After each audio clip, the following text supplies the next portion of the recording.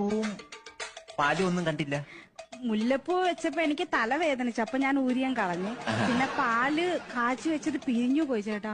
ഓ, മുല്ലപ്പൂവിന്റെ മണം എനിക്ക് ഭയങ്കര ഇഷ്ടമാണേ. അയ്യോ, ഞാൻ അറിഞ്ഞില്ല. ഞാൻ വെച്ചിട്ട് വരട്ടെ? ഞാൻ ആ ഒരു പ്രതീക്ഷയില കയറി വന്നത്. വെച്ചിട്ട് വരണം. ഇനിയിപ്പം വേണ്ട, ഏതായാലും ഇങ്ങനെയൊക്കെ ആയല്ലോ. ഒരു കാര്യം ഞാൻ ആദ്യമേ പറയുക, ഇന്ന് ഉറക്കിയല്ല ഞാൻ. ഉറക്കത്തില്ലെന്ന് പറഞ്ഞ ഉറക്കത്തില്ല. അല്ല ഏട്ടാ, ഒരു 12 മണിയൊക്കെ കഴിയുമ്പോ എനിക്ക് ഉറക്കം വരും. അയ്യോ, അങ്ങനെ ഉറങ്ങാൻ പറ്റിയല്ല.